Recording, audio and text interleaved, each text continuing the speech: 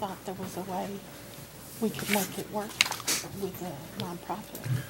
Good evening. I'd like to welcome each and every one of you to the 17th meeting of the Board of Directors for 2018.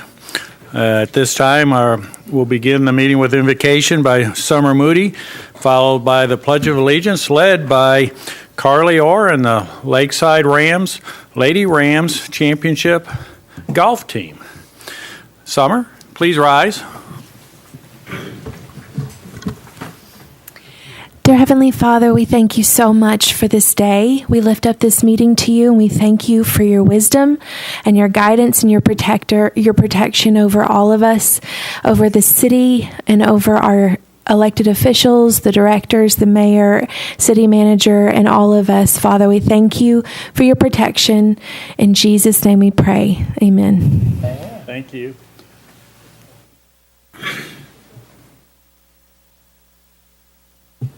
Please join me in the pledge.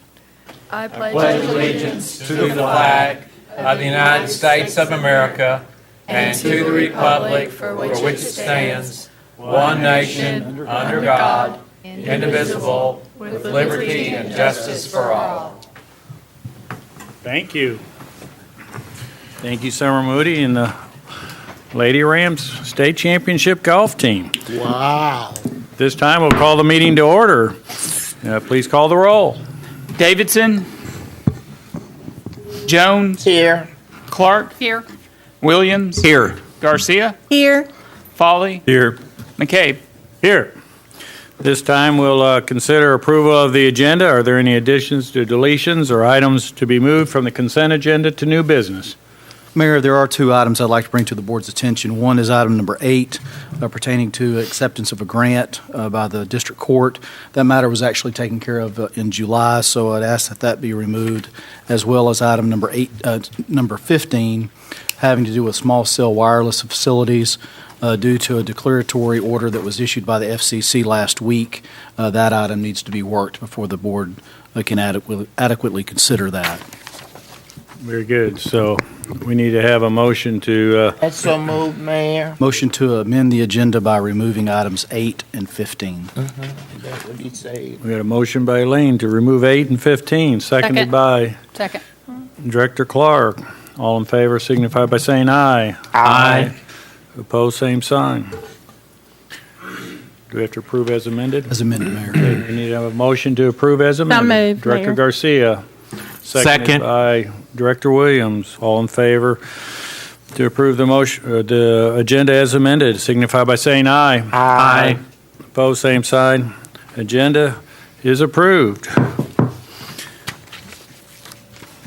At this time, we'll consider approval of the minutes of a regularly scheduled meeting on September 14th, 2018. Are there any additions, deletions, corrections to the minutes as presented? Director Williams. I move for approval of the minutes. A motion to approve, seconded by Second. Director Clark. All in favor signify by saying aye. Aye. Opposed, same sign. Minutes are approved. We have some very special guests with us tonight. We've kind of taken an interest in bringing our youth when they do great and wonderful things, and other youths who are partaking in significant investment within our community. At this time, we're going to call on Dr. Stephen Harrison to talk to us about the Thoroughbreds. Now, the Thoroughbreds, some of you may think that's a roller derby team. That is not a roller derby team, even though they do wear helmets. But and they have wheels. So Stephen and John has been in front of us in the past, and they're going to talk to us a little bit about high school mountain biking. We want to thank you for having us. First of all, I'm Stephen Harrison. This is Jonna Parker. I'm the team director for our youth mountain bike team here, which we started this year. This is our first season. We call ourselves the Hot Springs Thoroughbreds. We're comprised of 6th through 12th grade riders, male and female. I'll just give you a quick breakdown. When John and I got here 3 or 4 months ago, we had like 3 riders, and 2 of them were her sons, and we weren't sure what we were going to get into. And the short answer to where we are now is we have 17 registered riders. We have about, John is our head coach, so she can give you more better statistics on who tends to, how often we have, how many people we have at each practice and whatnot. But roughly each practice has between 10 to 12 riders, and we practice Tuesday and Thursday afternoons at Cedar Glades, evenings I should say, and then Saturday mornings also. And then there are 4 races, 2 of which have already happened, one of which is this weekend right here in Cedar Glades in downtown Hot Springs, and then we have one more at Eureka Springs in a few weeks. Of our ridership, we have 3 females, which doesn't sound like a lot, but when you consider we really have 12 to 15 showing up for many things, that's actually a very high percentage amongst our team as compared to other teams. I mean, there are other teams with twice as many riders as we have that don't have 3 females. So we're proud of that. We have 7 scholarship riders. And when we went out to make this happen, you may or may not recall, but one thing that was important to us was making sure it was available to anybody that wanted to show up and ride. And we figured out a way to do that. We've had 4 donated bikes. We've had multiple loaner bikes. And we're continuing to find ways to figure it out. We can't do it without our sponsors. It's kind of a quick story. I tend to tell stories when I get nervous, so you'll have to forgive me. John and I realized we bitten this off, and we were going to kind of get started on it, and we were going to figure out a way to do it, and we weren't sure how much money we'd need or what we could do or how many riders we'd have, and we figured $1,000, $1,500 is a lot of money to ask, and it could probably get it together. And John just said, I'll do whatever you need, just don't make me ask for money. Okay, I'll ask for money. And then a week later, every day over the next 4 or 5 days, John would send me a message, oh, this person got on board. Oh, this person, I hadn't done anything. Oh, this person got on board. And a week later, I sent her a text back. I was like, a week ago you said don't make me ask for money, and this week you said, hey, I've got all the money. So here we are. We we figured on $1,000 to $1,500, and we ended up with a $6,000 budget. So that speaks well of Visit Hot Springs. Bill Solider tells a story about how he showed up to his hockey team when he was a kid, and he was wearing jeans and a sweatshirt, and everybody else was decked out and all the nicest stuff, and he didn't want that for our team. So if you look behind me, you'll see all these kids are decked out in really nice jerseys, first-class hats. We've got coaches' shirts. They're not wearing them probably, but we have shorts for everybody that didn't have shorts. So when our team shows up at the starting line, they look like they mean business, and they do. So we're proud of that. Parkside Cycle, Spa City, Jan Hubbard with Parkside Cycle, Josh and Drea Petit with Spa City Cycling both have helped us on multiple occasions. They gave cash. They've also helped with donations for gear. They've also helped with donations of labor. They've done a great job keeping our kids running. Mike Petty with Spa City Souvenirs and Gifts, also the Ohio Club, if that doesn't ring a bell. But anyway, he stepped up, and he's been quick to help us out anytime we need it. And then Rave Graphics basically did this for us at a huge discount, and we appreciate that. And then CMP Specialties has donated time and money too. So we appreciate all those guys. It wouldn't have been possible without every one of those sponsors. Second, I want to recognize our coaches. No one's put more heart, passion, soul, tears into this than Jonna. She's our head coach. She makes it run. She is the day-to-day, on-the-ground operations, and she deserves all the accolades for making that happen. We also have Darren Anderson, Ed Costello, Leah Costello. Leah's not here with us tonight, but Ed, could my coaches stand up? Could all the coaches stand up? Ed Costello, Darren Anderson, Mike Hartage, Matt Parker, that's CMP Specialties over there. Anna Rogers is also a coach. We lovingly call her Team Mom. She gives us a kind of a homey feel. We want to say thanks to all of our coaches for working hard with these kids. Not here tonight includes Mike Gersh, Matt J., Greg Jeffers, Chad Smith have all found time to become a coach. And becoming a coach doesn't mean you just call me and I put you on the list. You have to pass a background check. You have to go through a few hours of concussion training and risk management. So it's not a small task to get that done. We appreciate everyone that worked hard to get that done. Regarding what's happened for us, these kids have raced 2 races. We already have 3 wins. We have 7 podiums. We have the overall varsity points leader on our team. But beyond that, every time these kids race, they learn something.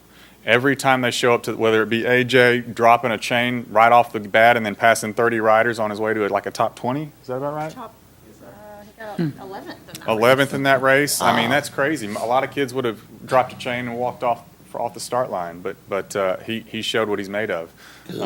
And there's about 100 other stories like that, whether it be kids just finishing their first race or podium their first race or whatever it is. So I'm really proud of how hard they worked. And we would love to have each and every one of you this weekend if you wanted to see how this works. What time is that? It's actually You can come ride. It's October 14th. Oh, I'm sorry, next October weekend. 14th. Next weekend. October 14th, Cedar Glades, at what time? The first race will go off around 9, and they'll go until 1 o'clock. Okay.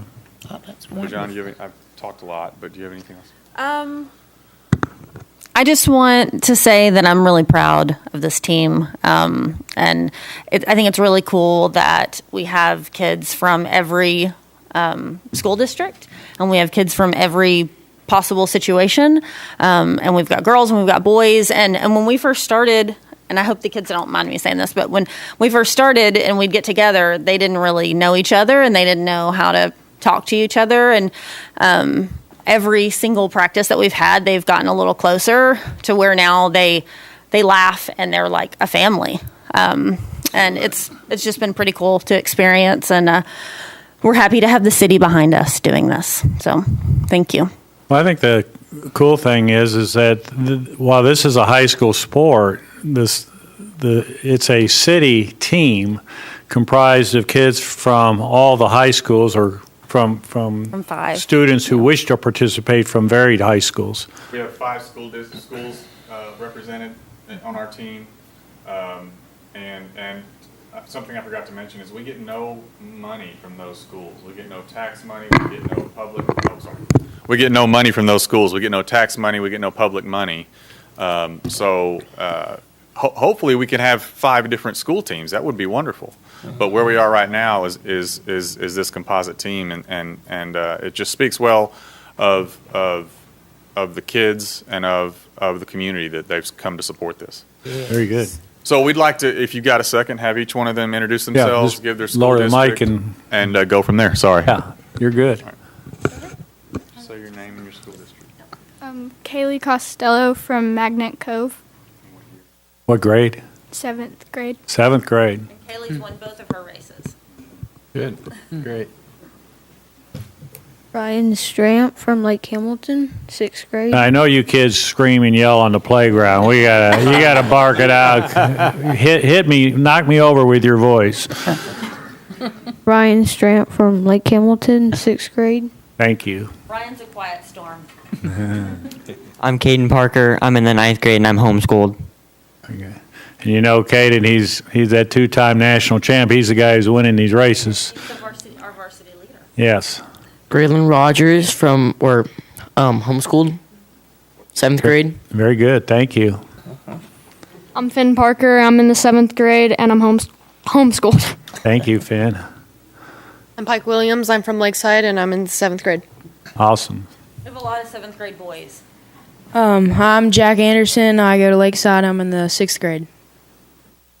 My name is Havila Rogers, and I'm homeschooled, and I'm in the 12th grade. My name is Max Gillespie. I'm from Hot Springs World Class High, and I'm in the 10th grade. Hi, my name is Chester Variola. I attend Lakeside Middle School, and I'm in 7th grade. Very good. My name is AJ Sarton, and I go to Hot Springs World Class High School, and I'm in 10th grade. Very good.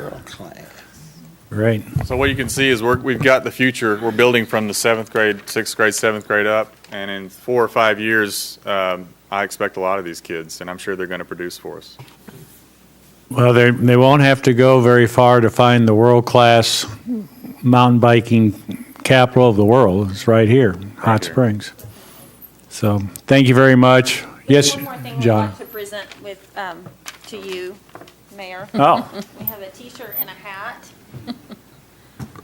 That's all you need, Mayor. He needs knee pads. Thank you. Yes, they are cute. You don't wear that. I have a mountain bike, but I don't ride it very often. And if these kids were on the same trail as I would, they'd say, "Get out of my way. I'm passing on your left, on your left." Say that because AJ on the way over here, I brought AJ and I was telling him that you were going to be here, and he said, "Well, he should come ride with us sometime." And I said, "Well, you should invite him." So. Yes. He'll do it. He's great.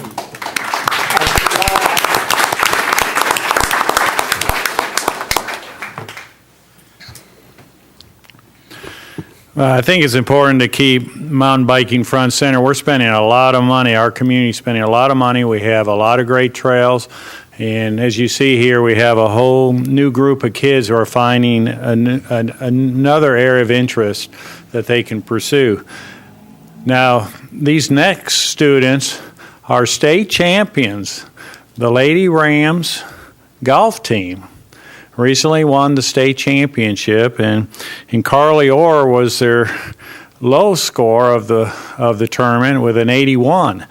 And I want to call upon her dad, Assistant Superintendent Bruce Orr, to come and kind of highlight their year and their run and what happened at the state tournament, which is right here in Hot Springs. And young ladies, please flank Mr. Orr.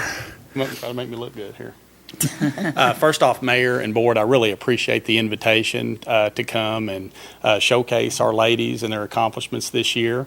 They're actually two-time defending state champions, and that was wonderful.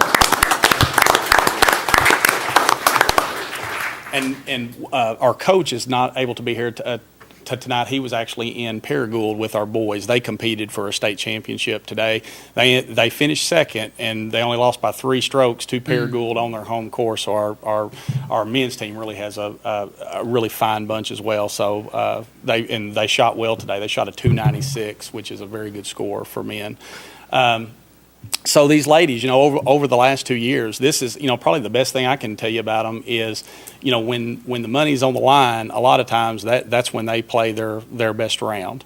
Last year, we had a senior, Grayson Blunt, who was very successful, and, she's playing college golf at UCA this year. She did a really good job with a lot of our girls.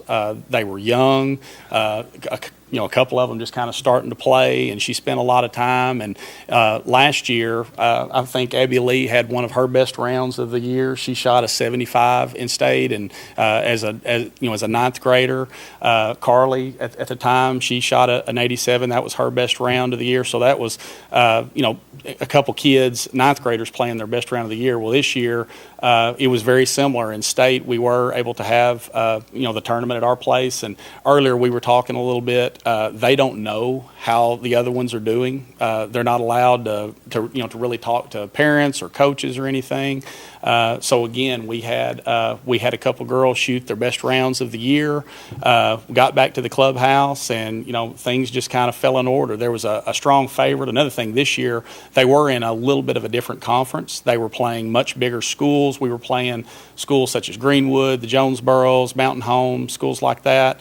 And even though it was at our home course, I definitely would not say we were the favorites going in. But our girls came and played some of their best golf of the year, and were able to take the championship when it counted.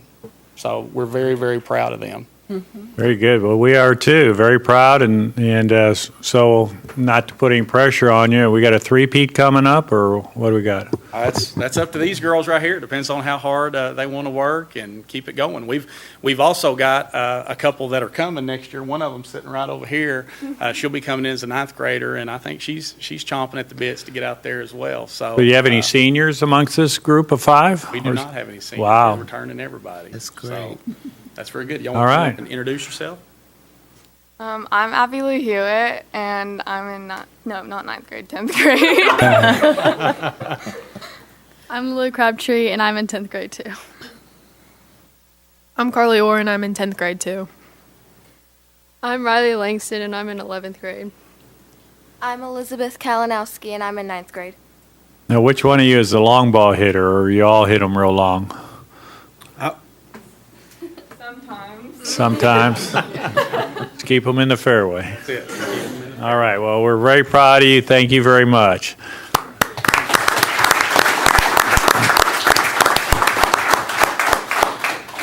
Our final guest today is Richard Harrington. Richard is Executive Director of the Hot Springs Housing Authority, and he's going to give us an update on the Housing Authority activity. I know you have a little project you're dealing with on a regular basis. It's a slightly little project, about $59 million worth. Wow. But it's small. Thank you for allowing me to be here this evening, mayors and directors. I just want to give you an update of where we're at right now. The project started in January of this year, and we're scheduled to finish the family developments in December, but we may not. We've had a slight little glitch, and when you do remodeling, it's not the best way of what you plan to do today. Anything can change the minute you go on the wall. So now we're looking at it. Will probably end up being in January, and the high-rise Mountain View will be completed in late March or early April. So we're moving forward. Our partners are really, really anxious for us to finish this project because this, as far as they know, this will probably end up being the largest single tax credit project in this part of the state. And in fact, they're very, very, very eager, and the state wants to really finish it. So once we do get it completed, we are planning on. We can't have a groundbreaking because the ground has already been broken one time, but we will have a rededication, and I will make sure that all of you are invited to the rededication, but it will probably end up being in the spring once the weather changes. So I don't want to have us outside with shovels in the dead of winter. I can give you a kind of a quick idea of how the money came in. We did 4% bonds, and the bonds generated approximately $14 million in money. The Housing Authority put in some money of itself. We had some money sitting aside that we had not spent, and that was one of the requirements for the job. So we had to put in our share of it. And then additionally, we received some money from the state, from home money, which is only around about $425 million, and then the rest of it came from a variety of sources. So it's when you add it all up, it's about $59 million. Now you need to, but also understand there's only about $23 million construction budget. And when you do tax credits and things of that nature there, a lot of that money is tied up in services and fees, and so there are a lot of lawyers, and believe me, so there are a lot of lawyers. So we had to, so they're all involved in it, and plus the fact that with the money that we're supposed to be getting back, which is part of the deal, so we had to commit that return on our investment also as part of getting it back. There'll be 245 family units, 120 elderly units, and I can say that all the work that's going to be done, as I started out to say, it is a total rehab. We're taking down walls, redoing plugs. The residents will receive stackable washers and dryers, which they've never had before. We're also putting in a brand new air conditioning system. If you've driven by our place in the past, you saw window units, and window units went out eons ago in our business, but this agency never did make the change, and so we will not have any more window units. They'll be heated and cooled from the inside, and then we're also doing brand new stoves and refrigerators. That's just an example. We're painting every unit. Just about everything you could possibly think of that would need to go in an existing unit if you were building from the ground up, we're doing it, except it's a complete rehab. So it's been a trying experience. I can say some days I wish I had never started this, and I tell my staff sometimes I want to pull my hair out, but you see I have no hair. But that's really the best way to describe this. I'll be glad to answer any questions that you may have. If not, any questions to Mr. Harrington? Mr. Foley? Mr. Director Harrington, Foley? at $59 million, you have to be the biggest construction project in this town for some time, haven't you? Yes, we happen to hold that distinction, but I'm not. It's not something that I brag about it. But yeah, we do hold that distinction. We'll being brag the largest for one. you. I thank you. I will tell you this: that we only have one sub, which is the general contractor who is from out of town, from Louisiana.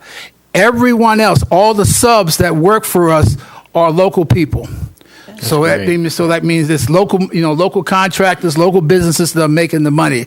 So that was one of the big things that we really pushed for, that we could make sure that the people who live in Hot Springs actually get some of this money. So it's a big issue for us. And we also fought very, very hard to make sure that we could meet some Section 3 requirements, and approximately 30% of all the cash that's going in for labor are going to Section 3 recipients that live here in Hot Springs. So that's a major accomplishment. We thought we weren't going to be able to make that, and we really pushed real hard to make that take place. So there are a lot of local people that are making money. Yes, sir. Your entire project in District 2? Yes, sir. Okay. Of course it is. Well, I thought it might have been spread out a little Well, bit. You took it all, huh? The project, we only have 3 sites, so all 3 sites happen to be in Councilwoman Jones's, Director Jones's district. So we appreciate all the help that we've received. I must make a note, though, that Mike Scott, he's really been a lifesaver with us, because a lot of things that we need to get done, we have to go to Mike's department to get them approved. So if Mike says no, it doesn't get approved. We had a couple of times where it didn't work, and Kathy, we work well with Kathy, because we're working. Even though we didn't get any money from CDBG, but we're working with them on a couple of other items that are going to be at the site. So both of them have been great help, along with Gary Carnahan and his staff. So the city has worked very, very well with us, and we really appreciate all the assistance that we've had on this project. So we're looking forward to really more ending it now than anything else. I've heard a lot of good things. Well, I appreciate it. I really hope the residents love it also as much as we do. Well, we appreciate all that you do. It is a big project, and I know those who will be beneficiaries of it will enjoy it for years to come. Thank you very, very much, sir. Thank you. Thank you. Thank you. Directors, thank you. Have a good evening. Appreciate you.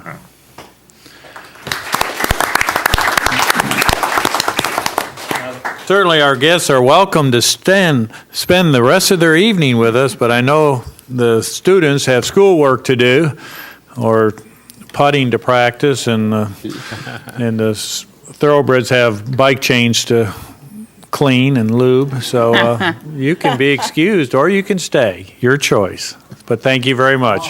Thank y'all for coming. Boy, you cleared the deck there. We'll give them one moment to vacate and. Yeah.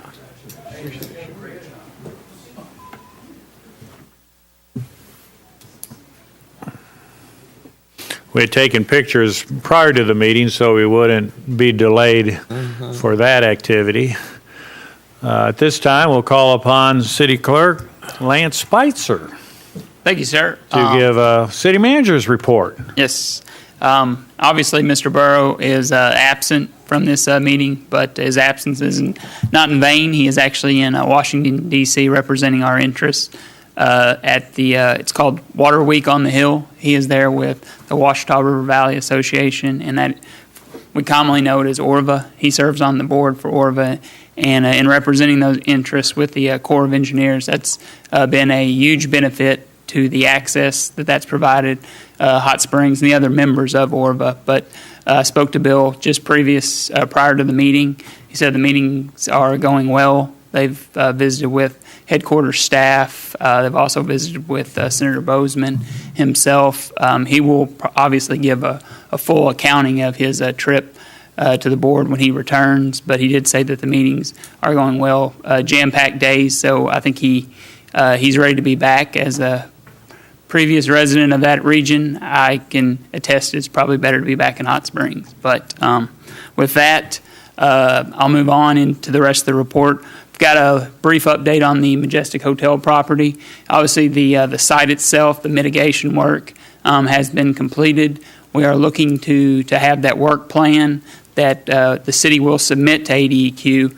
Our contractor, Terracon, is finalizing that. I expect to have that in the next few days, and we will submit that to ADEQ. ADEQ has assured us it'll be a relatively quick turnaround in getting that approval. Once that is done, the certificate of completion, so that's the release of any environmental liability that exists on the property, will be conferred to the city. That'll be attached to the property deed, and then we move into the visioning and the redevelopment phase of the project. We'll start off, we'll be releasing a calendar of events probably middle of next week that'll have some detailed meetings. We'll start off with some smaller group meetings, and obviously early in 2019 we'll have our counterparts with Kansas State University and the Fay Jones School of Architecture come on board and do that larger master plan visioning process. With that, also the board is aware that there is a parking advisory committee. This is more for the citizens. There is accepting applications for the parking advisory committee. We'll be accepting those until October the 19th. But obviously we would like to have applicants. We've gotten several, and we expect to have those to be appointed in the November time frame. We have a good bit of work for them to do. I know that the board is very excited to have a parking advisory committee formed and ready to really deal with the parking issues that exist downtown. Also, it's not too early to start thinking about Christmas. We do have the downtown tree lighting project. That is the 56, 57 trees that are located in what we call CBID number 2. We've had a cooperative project with the Downtown Association. They have purchased the lights, and the Parks and Trails and Public Works have assisted in putting those lights up. I believe they're going to do a testing to ensure that everything goes well as far as the light up, but they look to have a grand opening of those tree lights that will stay up year-round sometime middle of next week. So look for that date to be finalized. And also we do want to reach out and congratulate Denny McFate. He was awarded the 2018 Outstanding Floodplain Manager Award. Denny's been with the city for approximately 14 years, and for those of you that have done construction and other projects, Denny's very well versed, and he represents the city very well. So we're very appreciative of his accomplishment, and we thank him for his service to the city of Hot Springs. That concludes the report, Mayor. Can you provide I've gotten questions on why K-State. What is how did they get involved in our project here in Hot Springs? Sure. Kansas State, they actually received some funding from EPA and the Environmental Protection Agency, and they really specialize in this technical assistance that the communities go through whenever they're redeveloping brownfield and other types of environmentally sensitive properties. So that's their specialty, and they've really kind of been with us from the beginning. We were made aware of them through our contacts at the state level at ADEQ, and KSU does this across the country, so they come very well recommended with a really good track record. Very good, thank you. Any questions of Mr. Spitzer? Hearing none, we'll move on. Board of Directors announcements of upcoming events. Any directors have an upcoming event they'd like to make the community aware of? Director Williams. Well, it was either now or later, so I decided to do it now since we have some people still in the audience. But we have an election 5 weeks from today, in case anybody doesn't know that. The University of Arkansas Cooperative Extension Service, Public Policy Center, puts out these, they do this every 2 years. These are voter guides on your ballot issues. There's 5 issues on the ballot. And these are very helpful in terms of of analysis of each one of the proposals. It looks at the pros and cons, who's opposing, who's supporting. I found it very objective over the years. I've used this in classes that I've taught. In fact, I'll be using this at my class at the University of Arkansas at Little Rock at Benton. You can get these at the Cooperative Extension Service, and I've found them in county offices around the state. Also, you can go to their website, www.uaex.edu/ballot. Thank you. Very good. Director Garcia, did you have a hand up? Yes, thank you, Mayor. Next week on October 9th, that'll be the last day to register to vote. So if you've turned 18 or you're new to Hot Springs, you want to make sure you're registered to vote on that date. October 15th will be a candidate forum for all city candidates in this election cycle at the center at Forest Lakes at 305 Forest Lakes Boulevard. And gathering and refreshments at 4:30, and the candidate forum will begin at 5 o'clock with Dick Antoine moderating. Thank you. Thank you. Mayor, Director Jones. I've got one for real. There will be a community health and resource fair, which is the third annual fall extravaganza. It will be held at 127 Pleasant Street in the area Web Center. The people that are going to be the partners are Living Waters, National Park, Webb Community Center, Difference Makers, Diamonds in the Rough, Arkansas Hospice, Levi Hospital, Animal Services, CHI St. Vincent's, and Cooperative Christian Ministries and Clinic. And this is done by the chairman, who's Sheila Pascal, an RN at National Park. There will be free health and wellness checks, free flu shots, speakers on health care, and local resources and a lot of information. And that is Saturday, October the 6th, from 10 a.m. until 2 p.m. Thank you, Mayor. Very good. Thank you. Any other announcements of upcoming events? Hearing none, we'll move on to the consent agenda. We only have one item on the consent agenda, and these are items of routine nature that do not merit discussion, so we'll entertain a motion to approve the consent agenda as presented. I move for approval of the Motion consent by Director agenda. Williams, seconded by Second. Director Clark. All in favor signify by saying aye. Aye. Opposed, same sign. Consent agenda is adopted. Under new business, we have 6 items of new business. 4 of them are condemnations. The first item, though, is we'll consider resolution number R18-133 and ask the city attorney to read by title.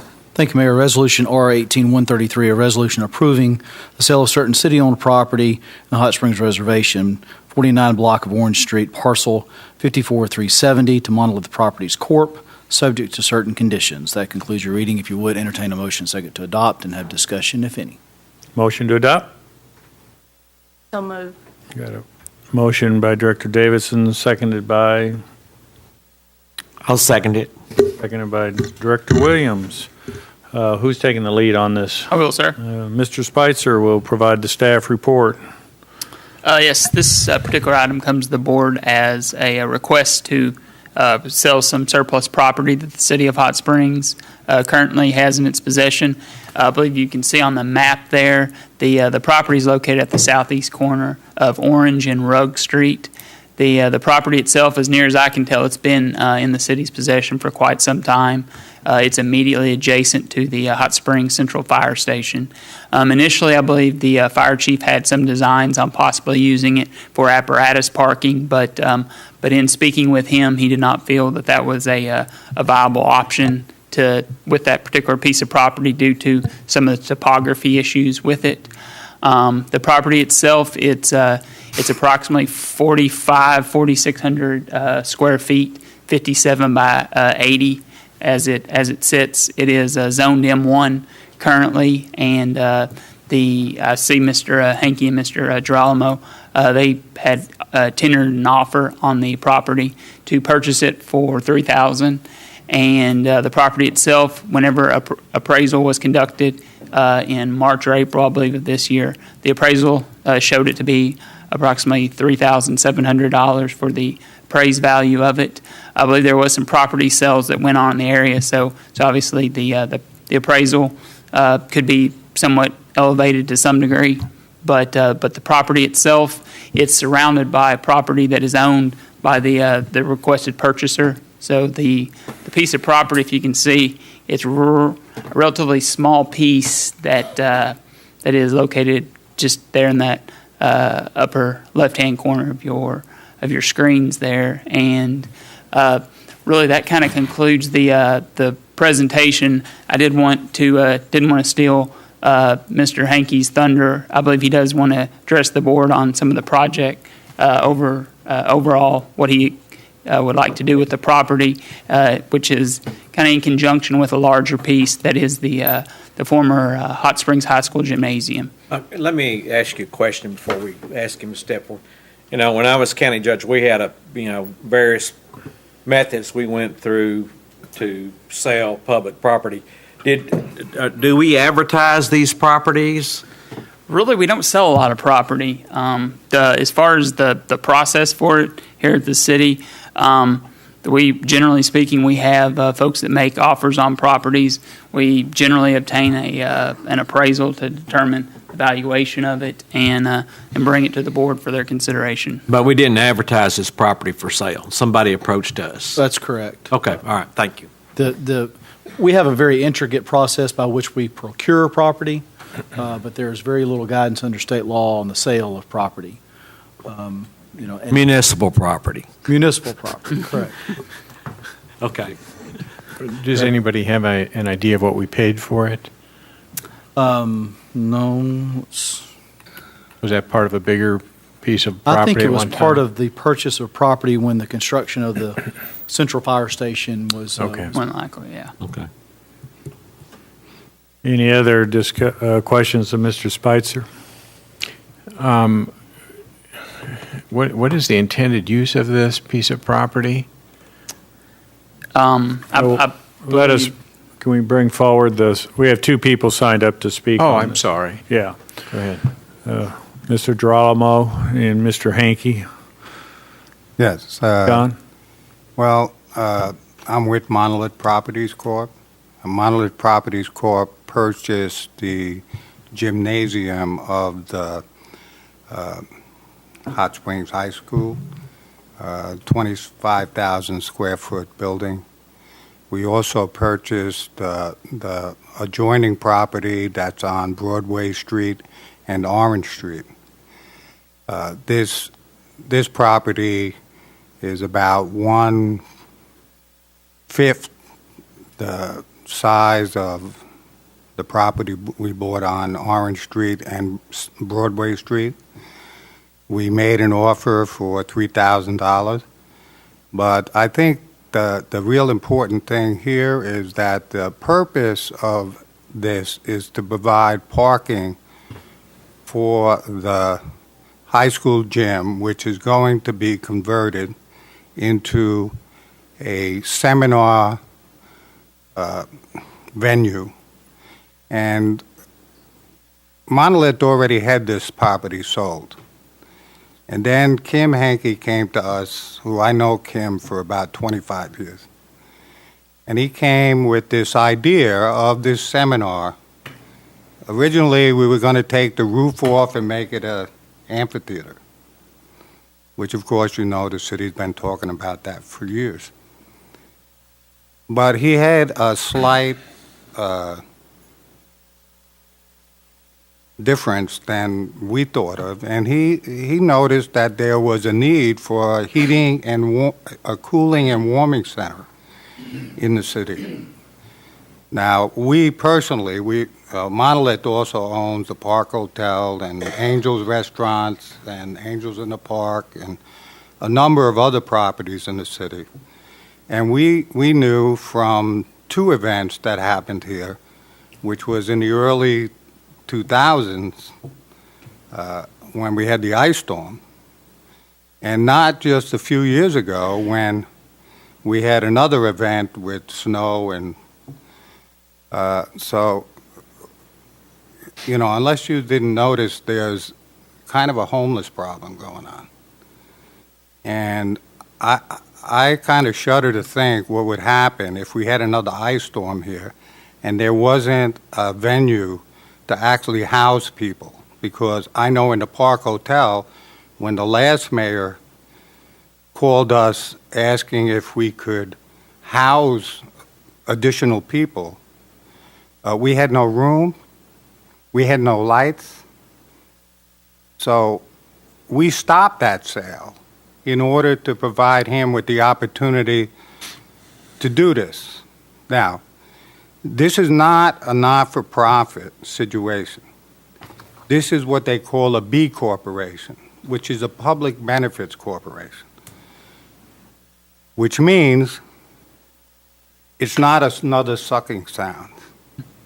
It actually strives to make a profit by providing seminars, whether it's sales seminars and would be religious seminars.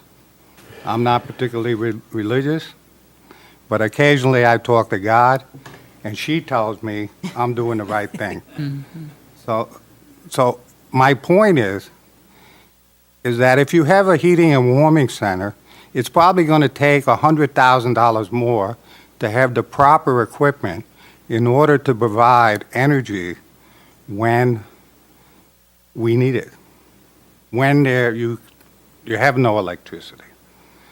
So Monolith has agreed to sell that additional property that we're speaking about to that organization, subordinated to whatever construction loans there is. So there's a high risk here for Monolith.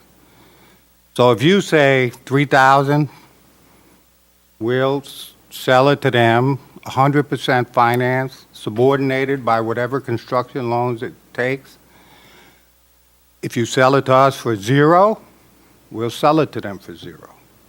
This, I think, is something that's important here, because I know that when I drive to Lowe's, and pretty much I spend about 5,000 miles a year going from the Park Hotel to Lowe's, and I see all these people on the corner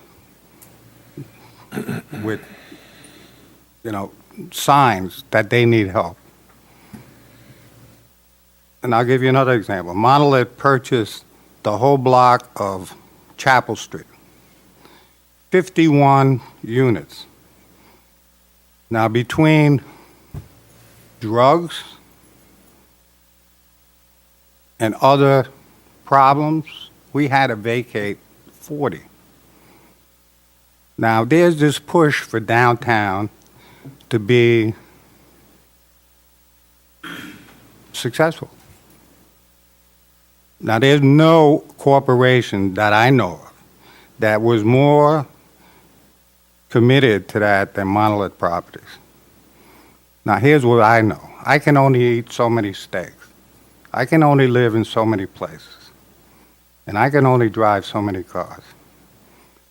This is a good commitment. We mow the grass for the city's property.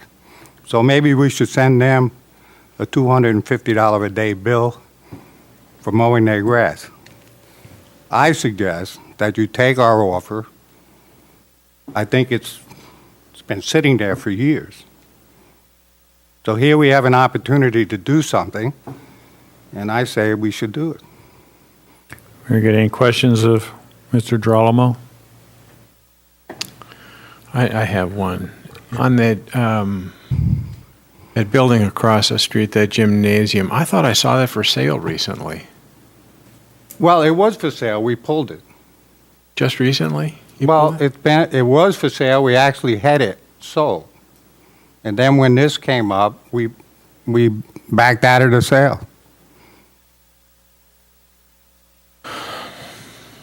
When did you and Mr. Hankey begin discussing this project that he has in mind at the Several months back. Several months? Yeah.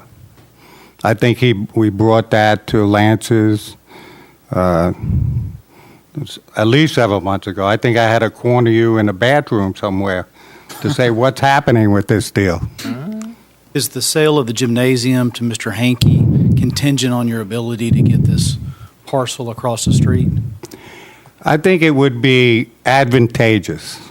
I don't know that it's absolutely necessary, but I think that, we're talking, look, when we purchased the property on the corner, which is at least 5 times bigger, we paid $20,000 for it. This is not on the main, if you would call Broadway Street a main street.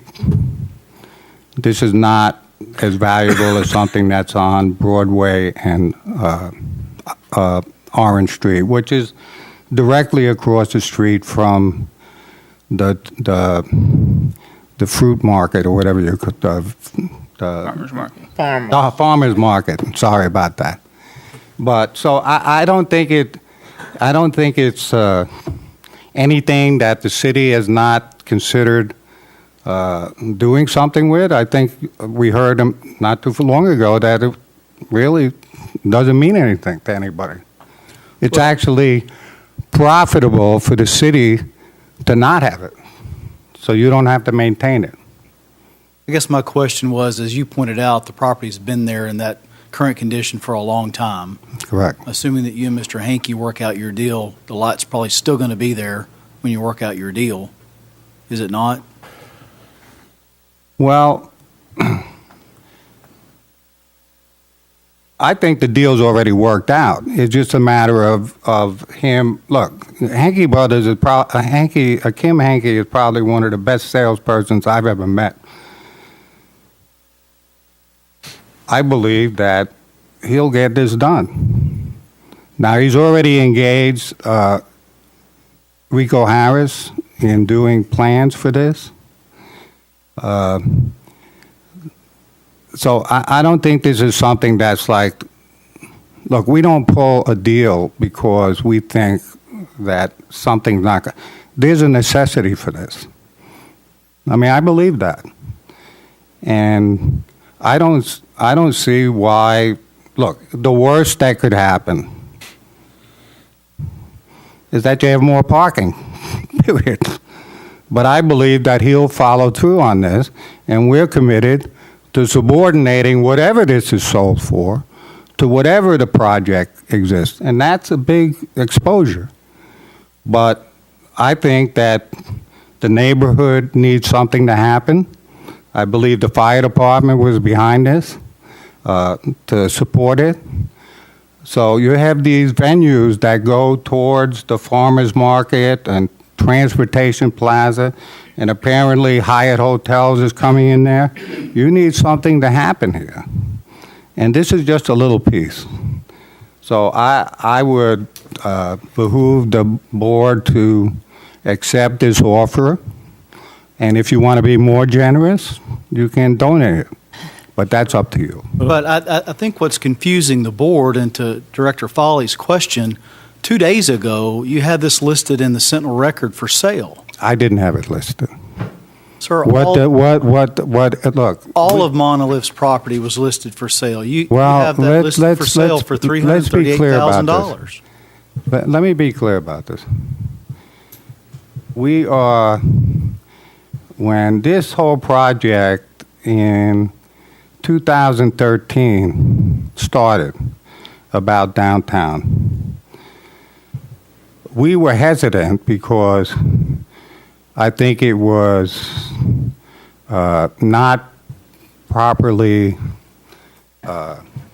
presented to the property owners, but we got behind it anyway.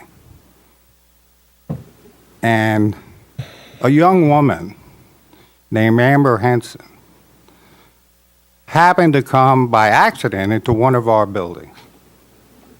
And she was new. And she wound up buying the Citizens Building with Jason Taylor, which is now the Vault. And here's the thing that was interesting about Amber. You know, I owned real estate companies in New York. She listened. I gave her direction. She followed them. Now, I'm not saying it's all me, but she's the biggest seller in downtown, $20 million this year. So while she was in Dallas this past weekend trying to bring other deals into Hot Springs, that was something that was laid out before she left. So I don't know what the question is. If you think that we're selling something, I'm telling you now. And I've been here for 22 years.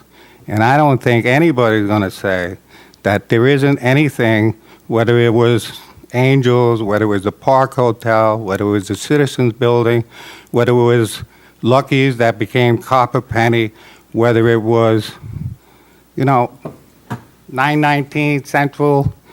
I mean, we've done stuff. We don't look for credit. My satisfaction comes out of self-satisfaction. I don't need anybody patting me on the back. Mm-hmm. But when you bring that up, I think that's incidental. Really, I do. I'm not questioning any of your other properties, whether it be the Park Hotel or Angels or anything else. I'm questioning this property that you purchased just barely over a year and 2 weeks ago. You purchased the gymnasium, and now it's listed for sale the very week that you're wanting to purchase property across the street. I'm telling you right now, it's not going to be sold to Sir, I didn't interrupt anybody you. I didn't interrupt you. Yeah. You said this is an accessory use to the gymnasium for parking. That's what you want this lot for. But the gymnasium's for sale. Well, I'm telling you that's a mistake. Let's bring, did I see a hand up? I tell you that's a mistake, and so. I'll be able to handle that one. I know what's going on here. So I can, Well, let's have Mr. Hankey come up because he's second on the list here to speak in favor of this resolution. Well, okay, that's fine. Okay. But like I said, we have no intention of selling this to anyone but Kim Hankey.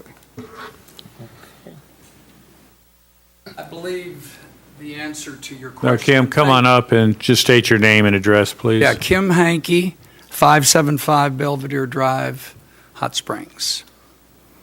Yeah, thank you for the opportunity. We've had a lot of support from Mike and Kathy, Lance, Bill Burrows, in Chief Davis, in supporting the direction that I've been talking with these people about for many months now.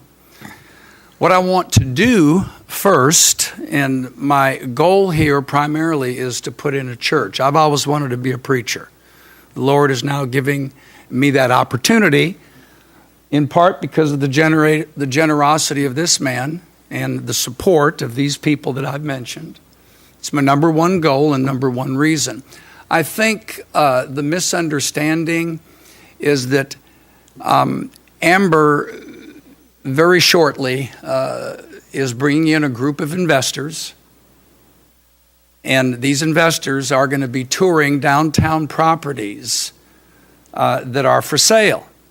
Well, if John is willing to take a subordinate position, then that means I need investors. We're going to probably spend $2.5 million remodeling that building. So I need investors, and I have a couple already that are very serious. They've got deep pockets. They know what we're doing, and they see the vision. And so these people that are coming in this weekend are going to be looking at many properties downtown. One thing I can say about John, he already said it, we've known each other for 25 years, and I've mentioned to Lance many times and others that I've rarely, I don't know if I've met a man that has more integrity than John Girolamo. And he is committed to me that he's selling me this property and he will keep his commitment. I've had a lot of experience dealing with John for many, many years. So so I think that explains why Amber might have, in a Dallas paper, was it? Sentinel Record. Okay. This group is coming together this weekend as a group to tour the city and to see a presentation. And they're going to see a presentation of my building.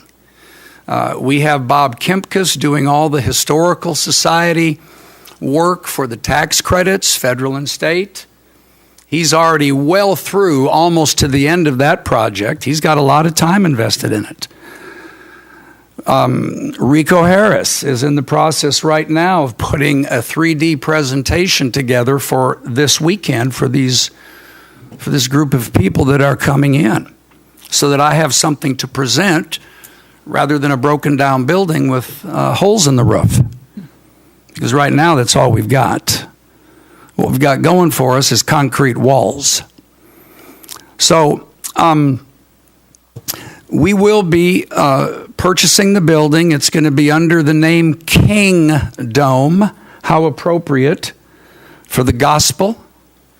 And the true gospel of Jesus Christ is also taking care of people that are helpless and hopeless. And there's many of them downtown. And I would like to be a part, as I've wanted all my life, to be a preacher and give the true gospel which means taking care of all of these people down here that don't have anybody to go to. Now, I'm not going to open a homeless center, but when people need to be fed and when people need shelter, those doors are going to be open all the time. So that's my primary goal. Then on the profit side of it, because I've got to find a way to pay him and pay these investors back that are going to be participating in the project, they can take advantage of the tax credits. Hey, it's an easy sell, by the way. State and federal tax credits. If we invest $2 million, it doesn't cost us, $900,000 or $1.1 million. That's a lot of money. And there's a lot of people, we're in the opportunity zone. So there's a lot of people that want to take advantage of the deferred tax advantages or defer their capital gains taxes. So this is a slam dunk when it comes to selling it to people that want to get involved in something that we're very serious about. So this will happen, especially with the cooperation of the city. As I've already mentioned, there's been many people, and a couple of them are in this room, that are, I think, 100% behind this. That's the impression I've gotten anyway from them. So I would love to know that the city would want to see this happen and donate the lot to the Kingdom. We're going to be preaching the gospel. We're going to be feeding the hungry and giving shelter for the people that need it. And we're going to be involved in a community outreach to get these people into an environment where they can grow and heal and recover. And I think that's what we all want. So with that being said, any questions?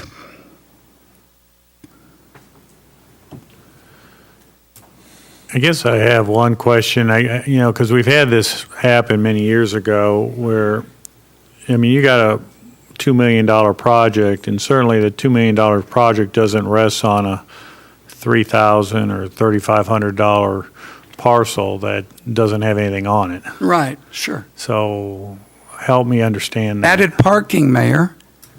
The parking is limited as it is. In front of the building, you've been up that street, I know. There's about maybe 10 or 15 parking spots between the fire department and the old high school. That can't handle the church. We intend to hold sales seminars there on the profit side, and we could have 1,000 or more people in that building. As Mr. Albright said earlier, that property's been there for a long time. be there for another long time if. Right. If, so if your deal goes through, this is more than likely going to always be there. And your point, Mr. Mayor, is what? It can always be purchased following the consummation of your real estate It transaction. can also be purchased now with your approval. Why would you want to wait? No, it's just a question. Yeah, well, it just makes sense to me that it should be purchased now. It'll certainly motivate us and let us know that y'all are behind us. If y'all aren't behind us, we got problems. We need your support. I mean, there's nothing in it for me, believe me. And there's certainly not much in it for him. He could do a whole lot better selling it to somebody else, believe me. But he backed out of a pretty big number. And he's known I've wanted to be a preacher. I've been giving him the gospel for 25 years. I don't know if it's done any good yet, but maybe. I'm seeing some light at the end of the tunnel for Mr. Girolamo. But he's known that I've wanted to do this, and when I knew he bought this building, he took me down there and he said, "Hey, I bought the old Trojan Field House." I said, "That's my church. What are you talking about?" He said, "Let's go look at it." And he showed me. I said, "John, this is it." He said, "Well, you got it." That's how it started. 6 months ago, maybe 7, 8 months ago, I don't know. But it takes months to get through the Historical Society, to get on the registrar, to get, all the approvals for everything. And so there hasn't been, we can't put a new roof on yet. We can't do anything until we get the approval to start. But in the meantime, we've got 2 high-level architects putting everything together. And so we wouldn't be doing that, obviously, Mr. Mayor, unless we were serious about going ahead with this. Any other questions of Mr. Hankey?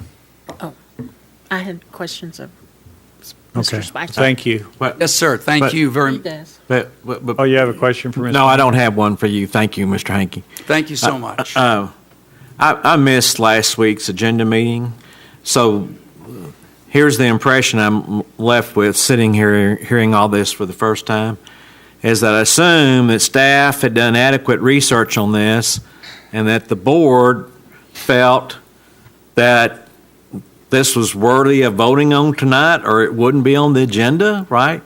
I wasn't here.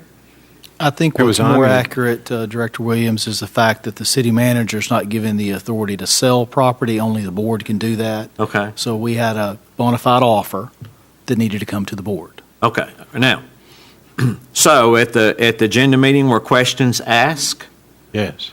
Yes, they were. Okay. Yes, why would we consider selling it for less than appraised value? Okay. I mean, we've spent a lot of time talking about the building across the street, and this project was in support of that. But when you see a listing as of several days ago that says this building is for sale, I mean, I understand, I heard what the speaker said, but as council and the mayor has said, this property is going to be here. And so if they're successful at doing that, I have no problem coming back and negotiating that. But to do it up front, I don't think it's wise right now. I mean, we're talking about $700, but it's also less than appraised value. If it was at appraised value or more, I would support it, just because I don't feel like we're giving away public money then. Well, y'all hadn't heard this in a long time, one of my old county judges' stories, but when I was county judge, if a person wanted to buy county property, they approached me and I said, okay, if we don't have a need for it, but I still have to go through this process. I have to do an order directing the assessor to appraise the property. And if it's over $2,000, then I'll have to take sealed bids and advertise those for 2 to 3 consecutive weeks. I can't remember if it's 2 or 3. And then I would open those bids, and I had to get a bid that was at least 75% of the appraised value to sell that property.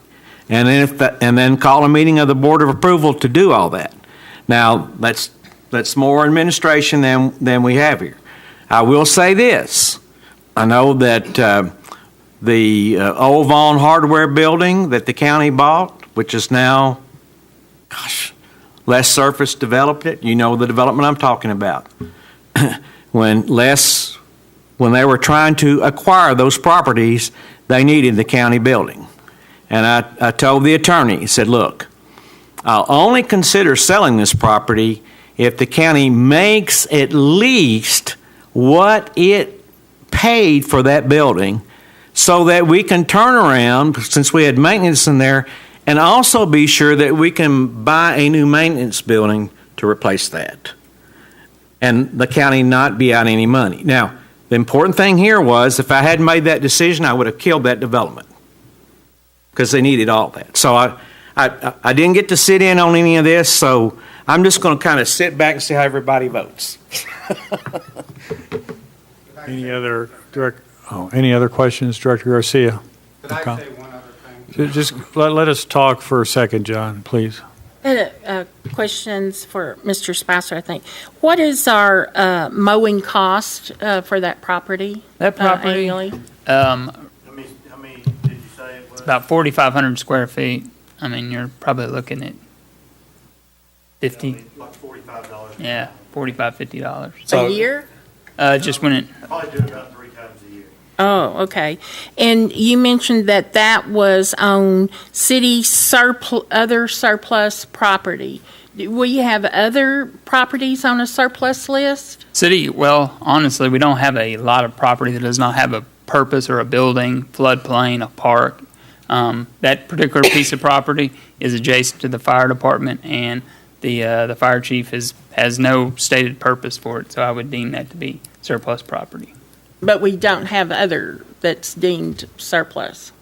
We probably do. We do have property across the city. I'd have to research that. Well, I was trying to rationalize, going back to what the director said about, we paid for an appraisal, and I don't know how to determine anything less than what I see that as a recommendation for a selling price. And I don't know how to treat everybody the same. If we had other property, how would you be treating everybody the same if because if it's below the appraised value, how do you determine how much below it is? Well, I will say, actually, the city did own some property on Whittington. They sold it to a Roanoke Baptist Church. I don't remember the details of it all, but really, we don't sell very much property. I'll be honest with you. That's really one of the only ones that I can think of in the almost 10 years I've been here. That was the old MRI building. Correct. There's not much case study backlog, if you will, to base these decisions off of. So it's your recommendation to sell it? It honestly, the piece of property appraised for $3,700 and does not have a stated purpose for the city at this time. I would say it would be deemed to be eligible for sale, but of course, the board is the only one that can sell the property. Okay, thank you. But do we not, as caretakers of the taxpayers' money, do we not need to open this up to other offers if somebody else wanted to pay the appraised or a higher value? I don't understand how we could just choose to take a lower offer. Sure, and really, that would be the board's decision to do it.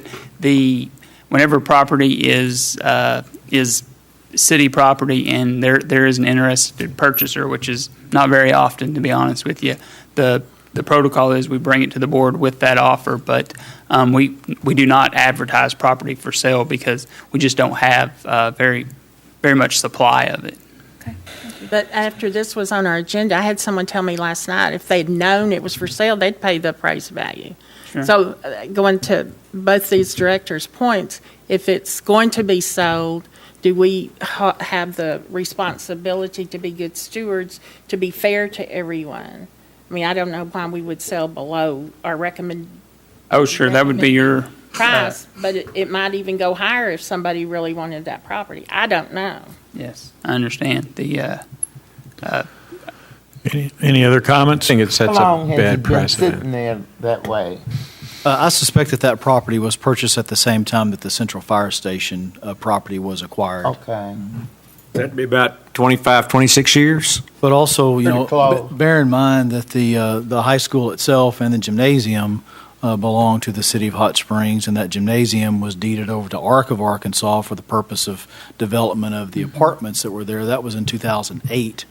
Then a party in 2014 purchased it from Arc of Arkansas, and Monolith Properties purchased it last September. Yeah, I just don't like the precedent that it sets. Like Director Garcia said, it doesn't give us an opportunity to have guidance with future buyers of other property. And since this has been sitting here for so long, I don't really see this as a threat to this project that they're doing across the street. I mean, I wish them the best on it, and if they do that, it for sure would be at least worth the appraised value. Right now, the speaker was right. He's taking a risk on it, but he's putting a lot more risk in the building than on this piece of property. So I would be in favor of just not selling this at that price. If they pay the appraised value, I'd support it. Yeah, I kind of share the comments of Director Garcia and Director Foley. I think I made something similar. You know, if we have property on the books and we have a bona fide appraisal, how is it that we would sell it for less than the appraised price? And that's something I think I would struggle with. Well, and in addition to that, Mayor, maybe the process that's followed, whether the board approves or doesn't approve the sale of this particular parcel of property, I would ask the board to give us some direction to bring you back a policy and procedure that would be followed in future transactions that involve surplus real property. Maybe not exactly the way that Director Williams did it as county judge, but a process by which it's made known to the public that the city is interested in selling some surplus real estate. If it's surplus personal property, we do have a process that we follow in selling those items, but there's just not one in place for real estate. Okay. So, Any further discussion amongst the board in other members? words, Mayor, Pardon? do we need a policy that states we sell within so many dollars of the appraisal price? Well, that's what Brian is saying, that we could readdress that. We don't have a policy now. What we do have is an appraisal and selling, as a percentage substantially below that appraised price. I'm going to go a little bit out of sync here, Mr. Drolamo. I'll give you 1 or 2 minutes, please. I think if we're talking about a difference of $700, we'll pay it. I mean, this, you've given away property to Oaklawn for nothing. Here you have a project downtown that a man is committed to, that we're committed to, and you're going to give us these little nuances. You got your appraised value. What is it, $3,700, $4,000? I mean, every time we take a step forward, then we get these new rules. I sat here not a year and a half ago, and you gave away a whole street to Oaklawn for nothing. So if you want your $3,700, you got it.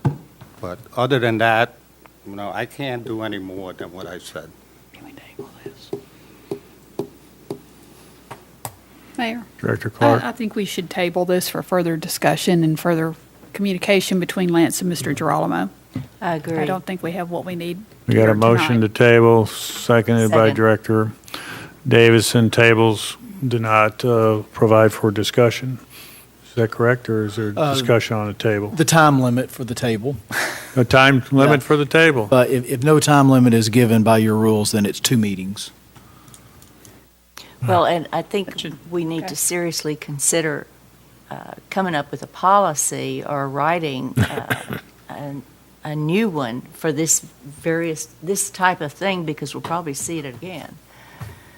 Well, I think two meetings that's fine. That's what I Well, will the petitioner has indicated that, you would do the 3,700, and He said he'll it's pay just a it. matter of formalizing it. So a tabling may be in order. So we got a motion and a second to table. Please call the roll. Davidson, Aye. Jones, Aye. Clark, Aye. Williams, Aye. Garcia, Aye. Foley, Aye. McCabe. Aye. Resolution R18-133 is tabled and will come back in 2 meetings. This time, we'll consider Resolution R18-134. Ask City Attorney to read by title. Mayor, this is Resolution R18-134, a resolution condemning certain real property pursuant to ordinance number 6069-208 Edemy. If you would, entertain a motion second to adopt and have discussion, if any. Motion to adopt. So moved. We got a motion by Director Jones, seconded by Second. Director Clark. And, let's see, Mike Scott, Chief Building Inspector, will provide an over. Oh, I think I goofed. Velma Magoon, Yes. were you wanting to speak on that last issue? On this one. Oh, okay, good, because her name was on the previous issue. On this one right here. Thank you. Mike, go ahead. Mike Scott, Chief Building Official for the City of Hot Springs. Ms. Magoon, I'll get to you in a minute. You can have a seat right there so you don't have to stand. There you go. Since 2002, several housing files have been started on this property. In 2010, there were 2 different housing files started for premise violations, people staying in the house without utilities, and housing code violations. A total of 48 notices have been issued in the past 17 years. Several citations have been issued for the premise on and inoperable vehicles. The power was removed by the city for numerous life safety violations. The owner continuously rents this property without bringing it up to code. This house is vacant, unsecured, and constitutes a nuisance for the neighborhood. Any questions of Mr. Scott by the board? Mike, you secured notice. And Yes, sir. Yeah, we've given everybody notice, got our green cards back. The owner is actually right here now. So all that has been done. Very good. Thank you, Mike. Yes, sir. Ms. Magoon, would you like to come forward? State your name and address, please. Velma Magoon, 305 Lowry. And I want to speak on Edemy, 208. And I would like a week or 10-day extension to bring it up to code without condemnation going through. Yeah, normal procedure is to, if we were to condemn, you'd still have 30 days before that would go in effect, and you could take care of those matters and show evidence to Mr. Scott that you have moved forward. And at that time, then he would not pursue condemnation. Yeah, it goes out for bid, and you have 30 days before the bids get turned back in and demo contractor gets. within that 30 days, if you file for and receive a proper permit for either the demolition or the rehab of that property, then the condemnation will be held in abeyance pending your permit. She got a permit last week and a half ago. Yes. And I fell and broke my arm and had to put a plate in. Not that that's an excuse, but I'm here to hopefully state that I need a little time. Have you pulled permits before for this, ma'am? Yeah, probably about 12 or 15. Last time. Okay, and so when you pulled permits, did you do any work on them? I'm asking. No, she pulled electrical reconnect permits, which the electrical. Mike, why don't you come on up so people at home and in the audience can hear? As I said earlier, we had 48 notices in the last 17 years and probably had, 10 permits pulled in the last, 10 years or so. She'll pull a permit. We'll never do an inspection because she doesn't do any work. We've got as little as 3 or 4 months ago, we went there and there were people living in a travel trailer in the front yard because she had rented it to them and told them if they fixed it up, she would sell it to them. So they decided to just live in the travel trailer, I believe as a wife and husband and 2 kids. And it took us about another month or 2 to get them out of there. Yeah, Mr. Scott, is this the first time that property's been at this level for board action? It was condemned back in 2005. And why it was tore down, I do not know. I was not the administrator at that time. So I do have an electrician that's gonna pull a permit tomorrow, and they will have that done within 2 weeks. Is there, I mean, that may satisfy one component of your, And plumbing. She pulled the permit about a week and a half ago, and I went by there today. They've mowed the property and cleaned it up and piled all the trash in a pile. And it's up to the city to pick it up, and they But I have mean- postponed it. I mean, I called the city, and they can't pick it up.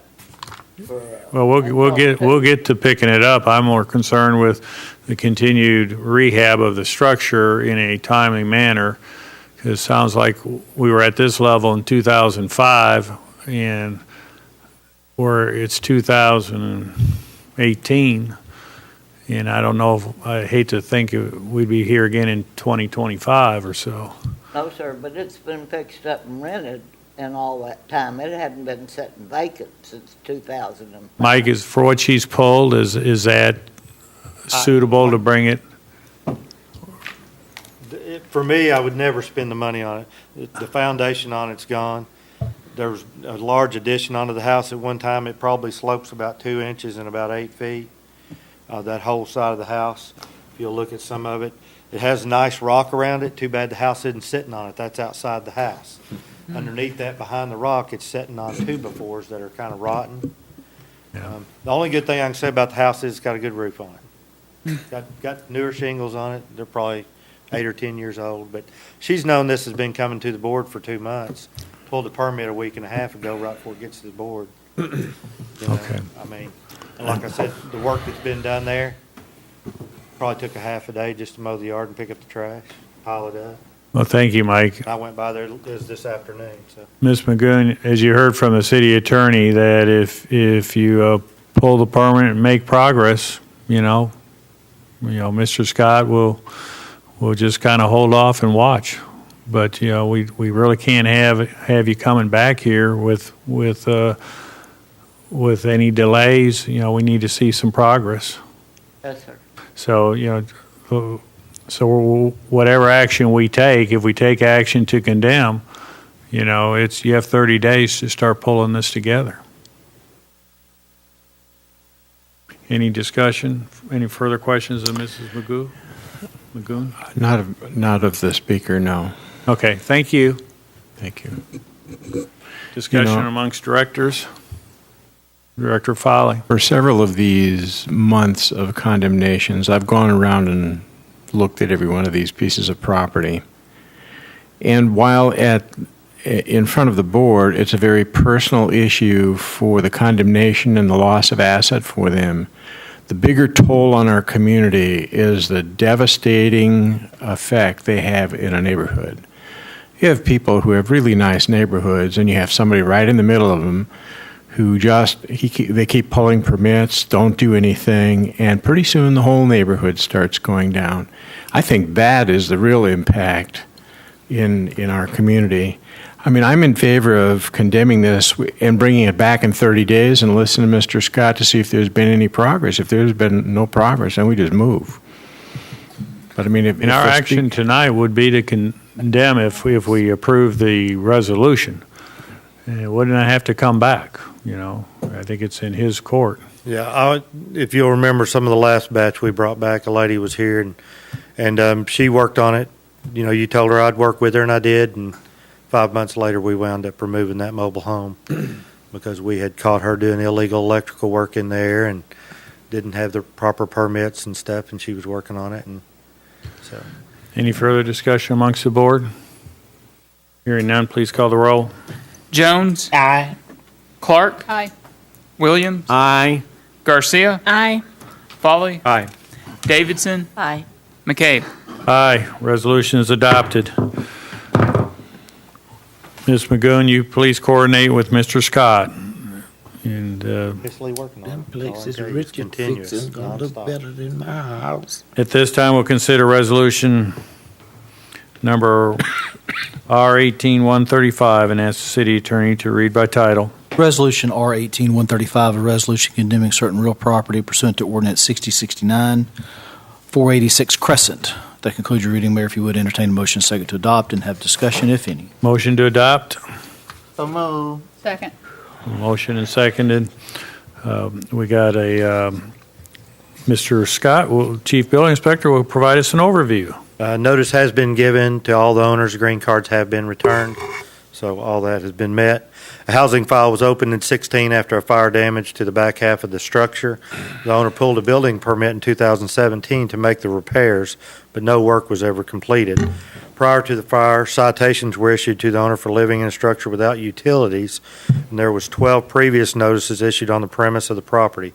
This house is burnt and unsecured and constitutes a nuisance to the neighborhood. Any questions of Mr. Scott?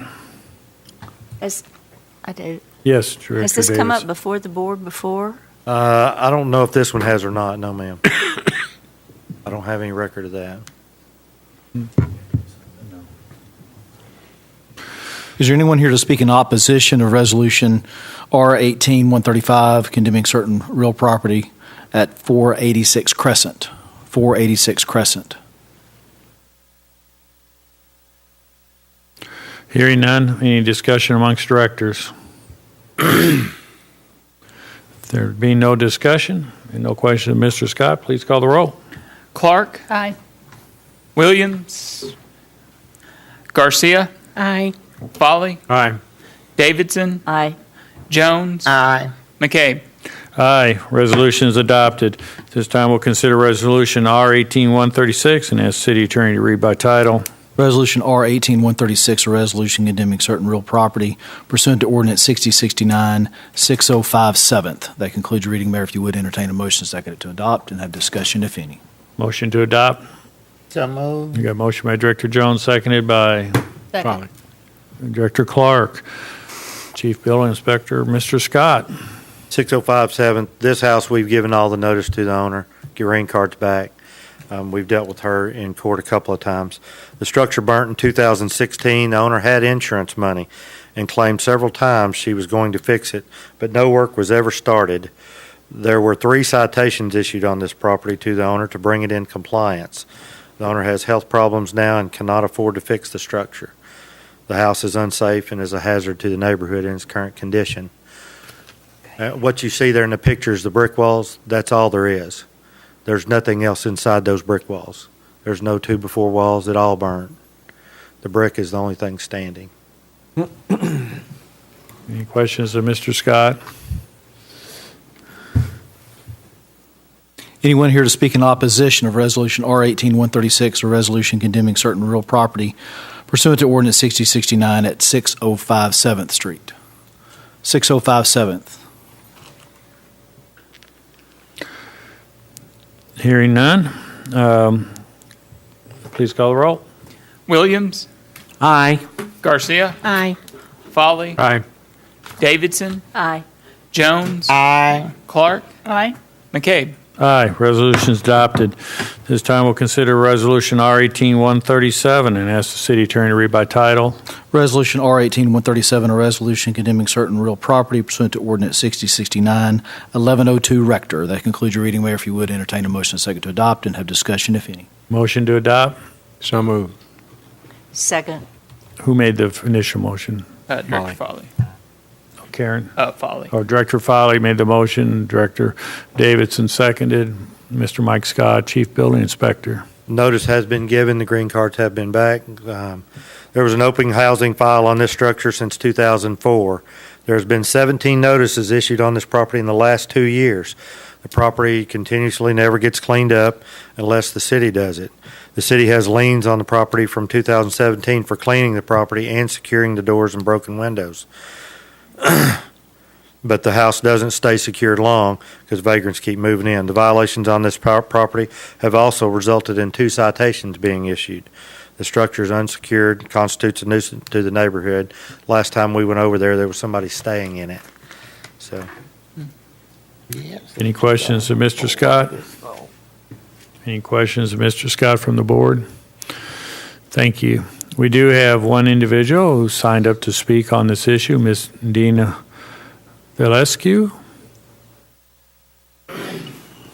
Please come forward and state your name and address. My name is Dina. And you can pull that down. He's a little taller than you are. Yeah. Dina Vasilescu at 270 Cougar Terrace, Hot Springs, Arkansas. I just wanted to I wanted to speak on behalf of John Fair, who's the owner of the house. He's not here right now. He's at one of the jobs in Dallas, in Texas, and Frisco. And he wanted to be here tonight. He wanted to try to fix the house.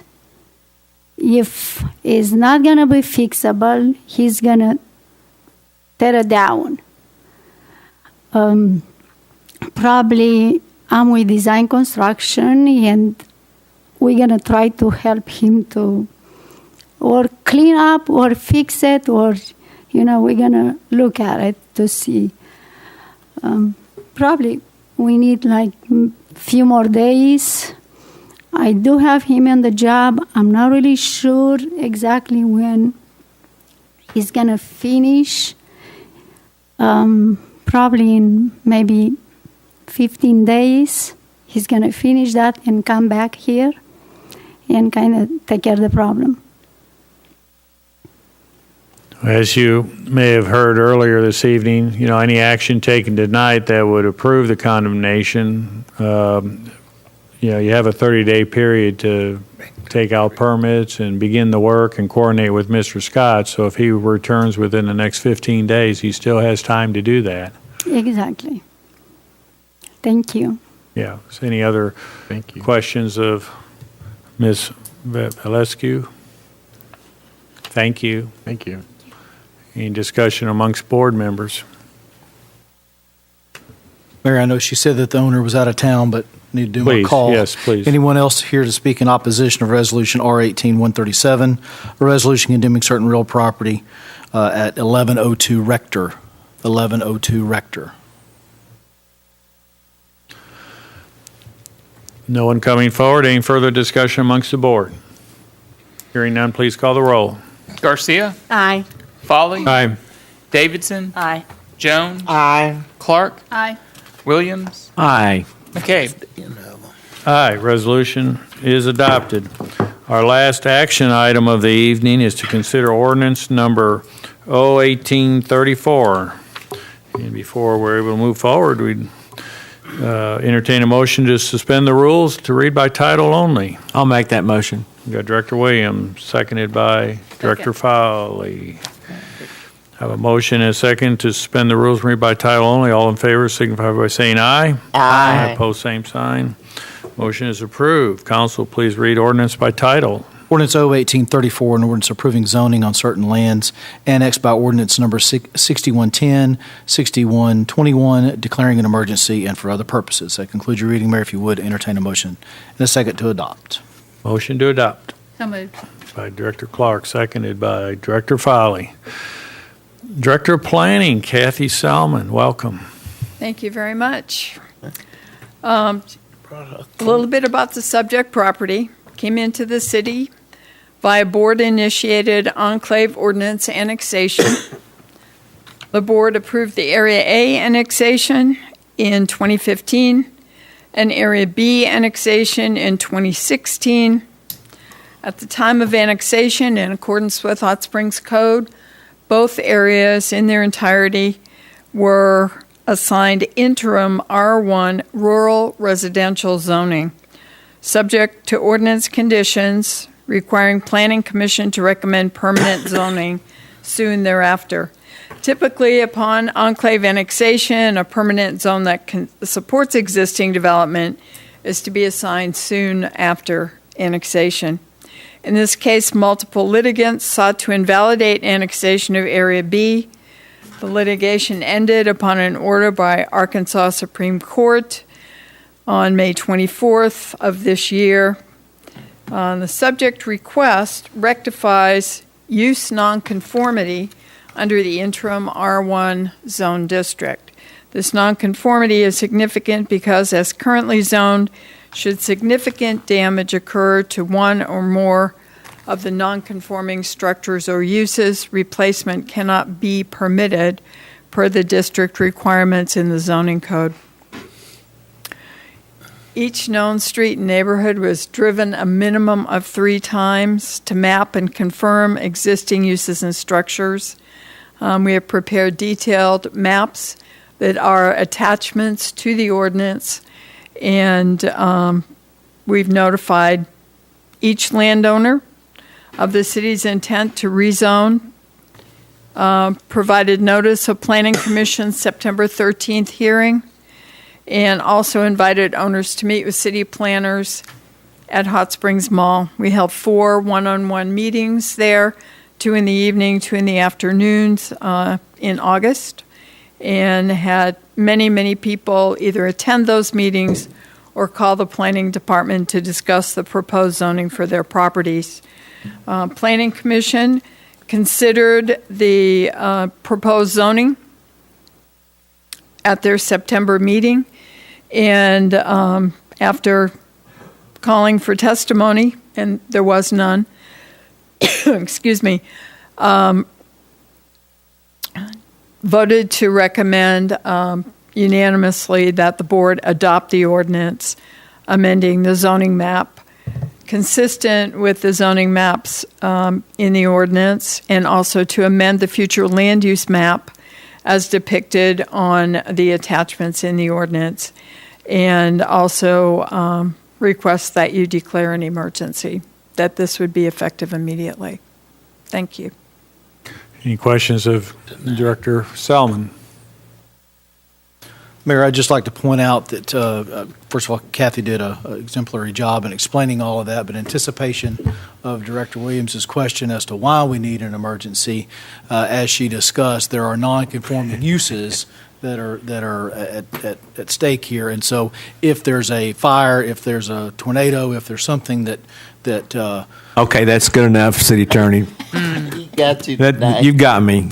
I mean, you can go on if you want to, but you know, I'll vote for the emergency clause. I'm just saying that without the emergency clause, they would not be able to replace that within the next 30 days. Okay, you got me. Good job. Thank you.